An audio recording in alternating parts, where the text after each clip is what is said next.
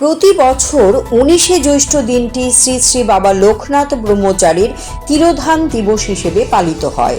এবছর 135তম তিরোধান দিবস পালিত হয়েছে। প্রতি বছরের ন্যায় এবছরেও রাজধানীর লোকনাথ আশ্রমে বাবার তিরোধান দিবস উপলক্ষে বিশেষ পূজার্চনার আয়োজন করা হয়েছে। ধর্মপ্রাণ মানুষের ভিড় লক্ষ্য করা যায় লোকনাথ মন্দিরে। মঙ্গলবার সকাল থেকেই লোকনাথ বাবার আশ্রমে শুরু হয় বিশেষ পূজার্চনা। প্রথমে সকালে লোকনাথ আশ্রমে বাল্যভোগ প্রদান করা হয়, তারপরেই অনুষ্ঠিত হয় বিশেষ পূজার্চনা। অঞ্জলি প্রদান করেন ভক্তরা।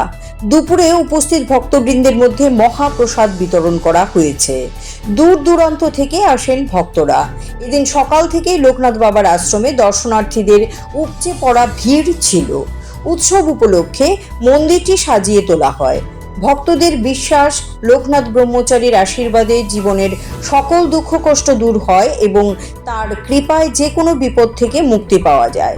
লোকনাথ আশ্রম কর্তৃপক্ষের তরফে একজন প্রতিক্রিয়ায় বলেন, শ্রী শ্রী লোকনাথ বাবার 135তম তিরোধান দিবস পালন উপলক্ষে অরবিন্দ সোসাইটিতে দুস্থদের মধ্যে নিত্য প্রয়োজনীয় সামগ্রী বিতরণ করা হয়েছে।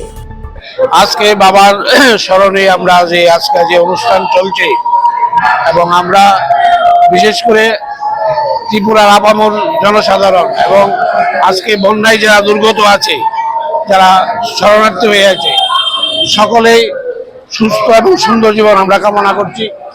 এবং আমার সবচেয়ে অনুভূতিটা হয় যে এই বাবার এই দিনটাকে কেন্দ্র করে তার অনুগামী ভক্তরা যেভাবে বাবার স্মরণ করে, এটা আমাদের কাছে গৌরবের ব্যাপার।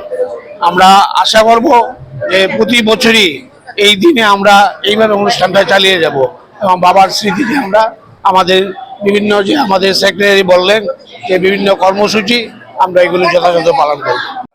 আজকে শ্রী শ্রী বাবা লোকনাথ ব্রহ্মচারীর 135তম তিরোধান উৎসব।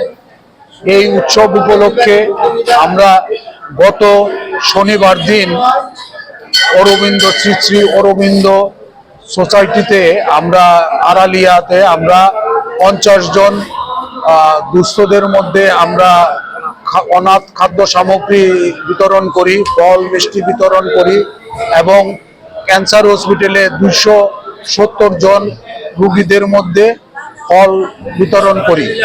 গতকালকে আমরা বাবার বিগ্রহ নিয়ে আমরা শহর পরিক্রমা করি। আজকে ভোর 4টায় আমাদের মঙ্গল আরতি অনুষ্ঠান হয় এবং সকাল 8টায় বাল্যভোগের পূজা হয় এবং 9টায় বিশেষ পূজা অর্চনা হয়েছে এবং 11টা রাজভোগের আরতি হবে। Siri TV, channel for news and entertainment.